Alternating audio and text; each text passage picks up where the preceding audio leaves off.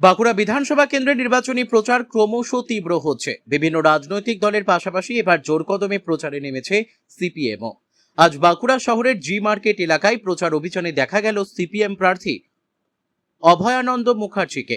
মার্কেটের ব্যস্ত এলাকায় সাধারণ মানুষের সঙ্গে সরাসরি কথা বলেন তিনি। দোকানদার থেকে পথচারী সবার সঙ্গে কুশল বিনিময় করে এলাকার সমস্যা সম্পর্কে খোঁজ খবর নেন। এই প্রচারে তার সঙ্গে ছিলেন দলের একাধিক কর্মী সমর্থক। লাল পতাকা, স্লোগান এবং কর্মীদের উপস্থিতিতে গোটা এলাকা হয়ে ওঠে রাজনৈতিকভাবে সরগরম। প্রচারের সময় অভয়ানন্দ মুখার্জি জানান, তিনি মানুষের সমস্যাকে সামনে রেখেই এই নির্বাচনে লড়ছেন। তিনি বলেন, সাধারণ মানুষের দৈনন্দিন সমস্যা, কর্মসংস্থান, বাজারের পরিস্থিতি এবং জীবনযাত্রার ব্যয়, এই বিষয়গুলোতেই তিনি সবচেয়ে বেশি গুরুত্ব দিতে চান। এলাকায় সাধারণ মানুষের মধ্যে মিশ্র প্রতিক্রিয়া লক্ষ্য করা যায়। অনেকেই প্রার্থীকে কাছে পেয়ে নিজেদের সমস্যার কথা তুলে ধরেন। কেউ কেউ আশাবাদী যে তিনি জয়ী হলে এলাকার উন্নয়নে কাজ করবেন। প্রচার অভিযান।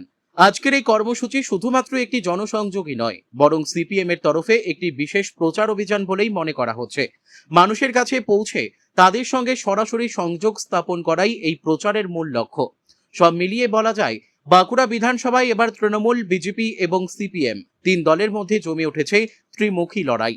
প্রতিটি দলই নিজেদের জয়ের ব্যাপারে আত্মবিশ্বাসী এবং জোরদার প্রচার চালিয়ে যাচ্ছে। এখন দেখার বিষয়, এই প্রচার কতটা প্রভাব ফেলতে পারে ভোটের ফলাফলে। বাঁকুড়া থেকে সুমন গড়াইয়ের রিপোর্ট, বিগ নিউজ বাংলা।